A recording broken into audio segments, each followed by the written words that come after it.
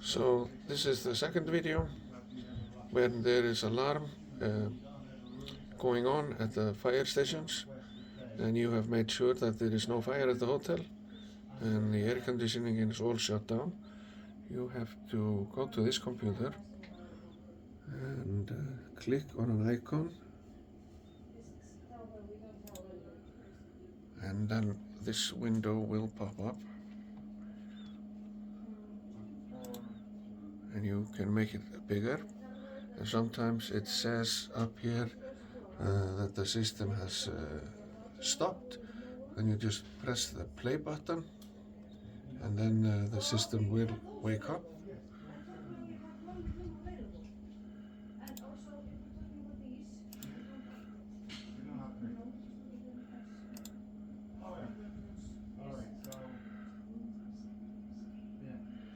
So after you have pressed start for the system, this screen will pop up and there is an icon for fire detection, and this icon here will be red, and therefore if you right click it, you'll get some window and you have to acknowledge the fire system, and then we have to go into the air conditioning, start that up, and here we will have to click here.